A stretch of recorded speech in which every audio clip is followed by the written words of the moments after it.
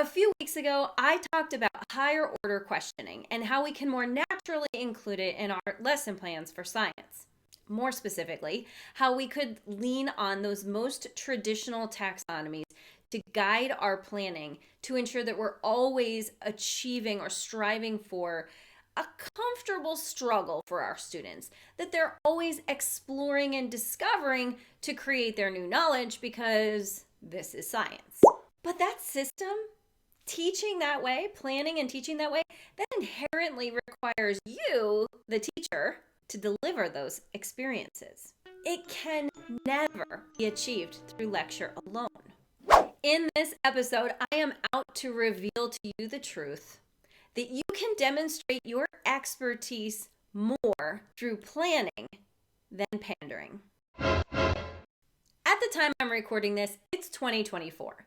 And about a year ago, the entire world blew up over OpenAI and ChatGPT. Someone might have even suggested to you around that time that teaching will become obsolete as a profession, that teachers will become obsolete. If you ever come across videos or articles like that online, pay quick attention to the author, to the people that they interview, to the details of who's preparing that opinion piece. I can guarantee you that that person is not and has never been a K through 12 teacher. Never responsible for a group of young children or adolescents or young adults because they just know that that would not be possible. As practicing teachers, we know our job is a human job. It's never just about the content we teach.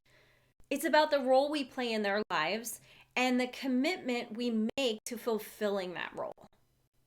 We're out to make a difference. Consider these quotes by influential people. Every child deserves a champion. An adult who will never give up on them, who understands the power of connection, and insists that they become the best that they can possibly be. How about this one? Everyone who remembers his own education remembers teachers, not methods or techniques. The teacher is the heart of the educational system. And finally, maybe my favorite, your heart is slightly bigger than the average human heart, but that's because you're a teacher.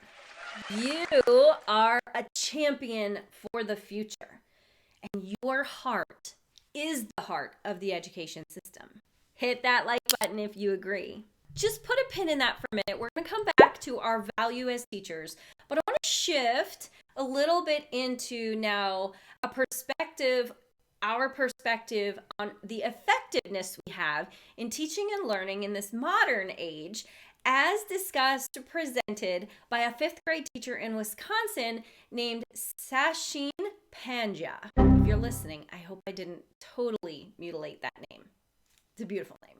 Sachin thoughtfully expressed this sentiment. He wrote, "Robot teachers are more likely to recycle and reinforce the status quo than change it." Now, for a little bit of context, I have totally pulled that quote from a blog post this person wrote in the context of, could we become obsolete? Will AI take over our jobs? But the rest of what he wrote really reinforced what I wanted you to see, which was exactly what you bring to your unique classroom and how you can stretch to be even better. He goes on to write that sitting on the sidelines and claiming that we only teach content isn't going to be enough in the future. If our only function is teaching academic skills, we should worry about becoming obsolete. We need to claim responsibility for developing young people, building community, and shaping the world our students live in. This teacher and I are twinning, at least in our ideas and our approach. In case you're new here, I've set up this new home on YouTube so that I could inspire secondary science teachers to let the practice of science guide their planning, so that they can always ensure their students are going through a process of exploration and discovery, because doing so is more than just mastering a set of academic skills. Mastering science as a practice is a life skill. Being able to take in the world around them, to assimilate it, to process all the things, to think about them critically and come out with an answer or a new conclusion, it's a process they'll repeat hundreds of times throughout their lives. As they learn to drive, to date, to make big, expensive purchases, or maybe even to make decisions on behalf of their family members. And I believe it's our responsibility to guide our students through that problem-solving process in the safe space that our classrooms provide, with the support that we can offer them. But that kind of servant leadership isn't achieved through lecture. Let's revisit those taxonomies of higher order thinking that I recently discussed in another video. We're looking here at Bloom's taxonomy, something almost every teacher has been exposed to, this idea that students go from basic recall of knowledge to creating their own knowledge, and in the process going through this cascade of more complex thinking tasks. Since Bloom's is a little bit antiquated, and there have been multiple models proposed since then, I like to throw my own model in the ring, and I call this know, do, and think it through. When I'm planning for my students, those are the 3 things that I do want them to do in each of my lessons. This other model is Webb's depth of knowledge, which is very complementary to those original taxonomies like Bloom's taxonomy. It really focuses on when we are planning what kind of verbs and actions we can emphasize in the experiences we design or choose to deliver in our classroom to ensure students are thinking more critically. Because listing and labeling and matching isn't quite as high stakes as being able to analyze something or design something. Now, when we plan lessons with those taxonomies in mind and those tools may be nearby, we're always thinking about what we want our students to do. Yeah. What's going to be the outcome of the lesson when they complete these tasks? And we understand or implicitly trust that as they complete tasks at the higher end of that continuum, they have a more thorough understanding of the content, a mastery of the content even.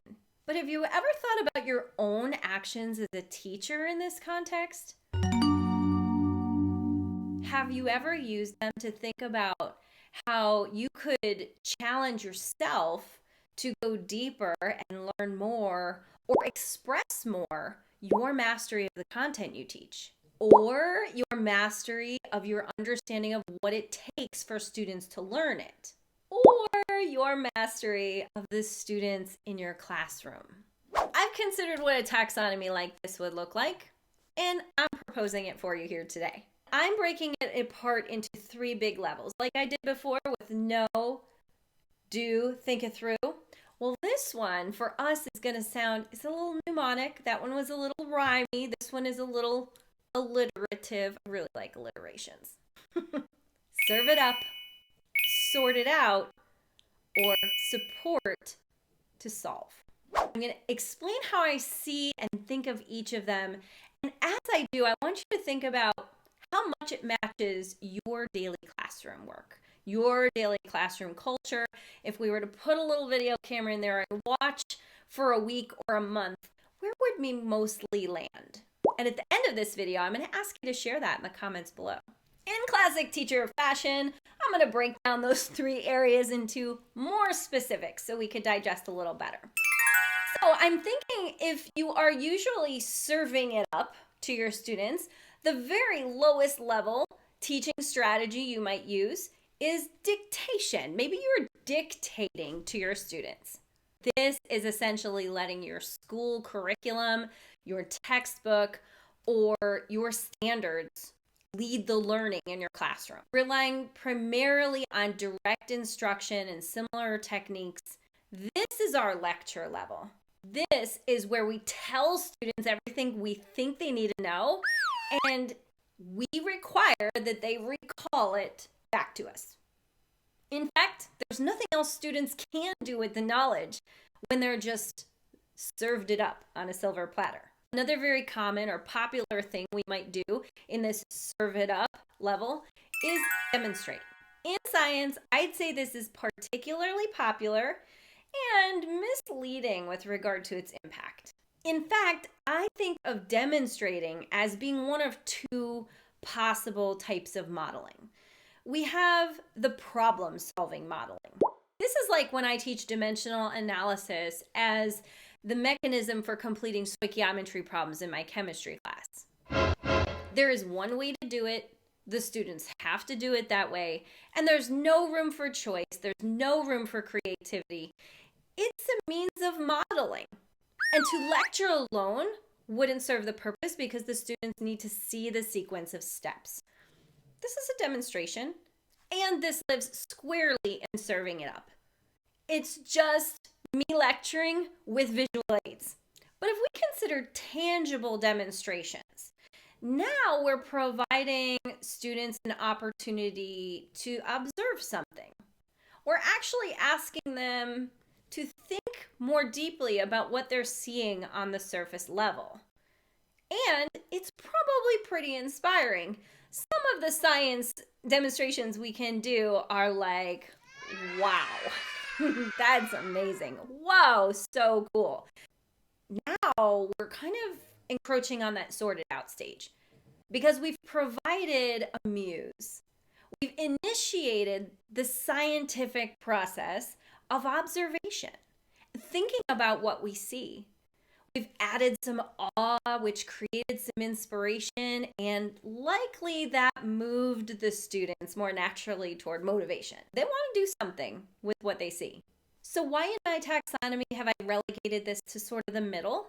Mostly we would keep it in the sorted out level because the teacher is still having to explain why the student is seeing this fantastic phenomenon. Students really aren't able to dig in and find out why.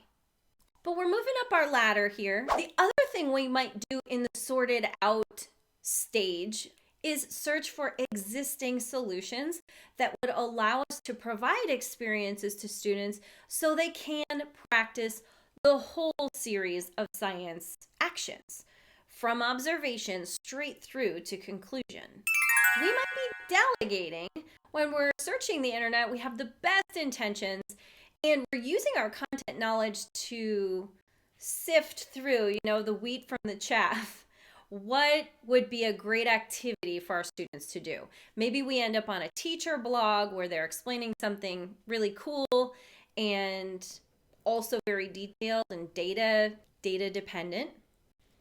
Or maybe we've specifically gone to a popular teacher resource marketplace where we can buy resources that teachers have taken a great deal of time and effort to align to standards and present in a very specific way. Maybe we're even searching for student-controlled simulations because we are tech people and we believe tech is so much better than talk. And when we find these simulations, we realize, hey, there's a lesson plan to go with it. Nice. Here, in delegation, in sorting it out for ourselves, we're relying on someone else's content knowledge to create the curriculum piece. And then we're focusing all of our efforts on how we might deliver it. So we were really instrumental in sourcing it because we know exactly what we need in terms of content and standards. And we know our students really well. We know how they are going to maybe assimilate something, but we're going to skip that middle step. We're going to let somebody else handle the complexities of the content. Sasheen, our favorite fifth grade teacher that I was telling you about earlier in Wisconsin, he notes this about his teaching practice and his classroom. Quote, "It's centered on rich content and integrated projects that allow students to collaborate, be creative, and experience growth." Now, I did a little digging for an inspirational quote that will tie together what I was talking about in the very beginning of this video. Our value as human being teachers, working with human being students, and our teaching strategy, all this really professional expertise we've gained, whether it's from our time in the classroom or our time in an academic program, and how those two can collide and do exactly what Sasheen is referring to. Here it goes. "The art of teaching is the art of assisting discovery. Nailed it! As science teachers, we lead content that is only even known. Human beings are only aware of it because of discovery. So when we're planning lessons at this higher end of this taxonomy, the higher end of sorted out and supporting to solve, we really are modeling for our students science as a discipline. Now you're probably wondering, how can we go any higher than sourcing these amazing activities and projects? Like Shasheen said, rich content and integrated projects. What's wrong with just using somebody else's? Absolutely nothing. The only thing missing would be your first-hand knowledge and intimate understanding of your students in your community and in your classroom. This video ends up to be all about Sasheen because I'm going to share you more about what he says. And I think it's just fantastic because he is backing me up, and he is a middle schoolish, elementary schoolish teacher teaching social studies. Sasheen's going to enlighten us some more. And I love sharing what his ideas are because I share the same sentiment. He says, I have a scope and sequence to follow, but I adapt my teaching to the students in front of me each year and what they need. As exhausting as it is, I rarely teach the same unit in the same way. I'm constantly re-examining it through my students' eyes and what they need. This requires an understanding of the students in the class, something we can't ask AI for. Sasheen leads his classroom by supporting his students to solve problems. Problems he creates based on his knowledge of those students and their relationship to the content he's teaching. To consider multiple perspectives, to draft ideas, and to iterate on them. In this article, which I'm going to share in the link below in the description, he's talking about mapping projects, like a geography assignment in a social studies class. If he's able to imagine such cool possibilities for content that's kind of static, how much more are we able to imagine what we could provide by way of experience to our students with content that is naturally investigative and naturally discovery driven? The practice of science demands that our students recognize cross-cutting concepts, all 7 of them. And I've got a video on that too, so if you're still with me, check it out. It's in the links below. Cross-cutting concepts only come alive through experience. But you will always be the authority on your student. As young people, as young adults, as they are growing and enduring their own unique life challenges, you will always know best who they are, what they can do when they begin, and how to shepherd them through to their own unique success stories. This is supporting through to a solution. And it does truly require us to create ourselves the curriculum piece that will lead learning. It also pushes us to know more about our content, or at least strut our stuff and demonstrate how much we know about our content without preaching it from a podium. As I see it, this is our mountaintop, the peak of what should be a teaching taxonomy. When we flex our teaching skills in this way, through transformation from boring and basic to insightful and individualized, we're offering students the ultimate opportunity to express what they understand in that higher order, rigorous way, to show off their own logic, reasoning, and problem-solving skills and grow them beyond what they thought was possible. Now, I absolutely would recommend to you that you strive for this level, supporting to solve each and every day in your classroom. My channel is, after all, called Lab in Every Lesson, but I definitely don't want you to misunderstand today's message. It is not that you have to do this and only this to be ultimately successful or ultimately impactful.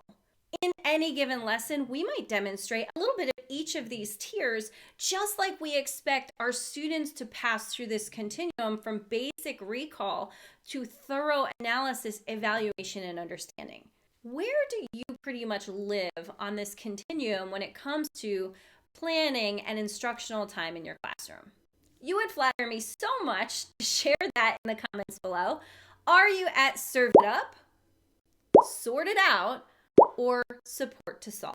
If you're like me and you want to be as reflective as possible, go ahead and share in those comments the amount of time you think you do all of them, because we probably are doing all of them.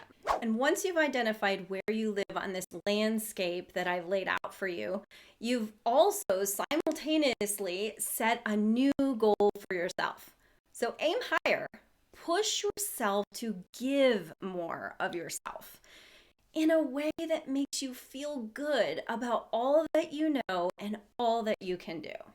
Whether your next stop is sorting it out or supporting to solve, I encourage you to watch this video next. It'll teach you all about how tech could get you there faster and easier.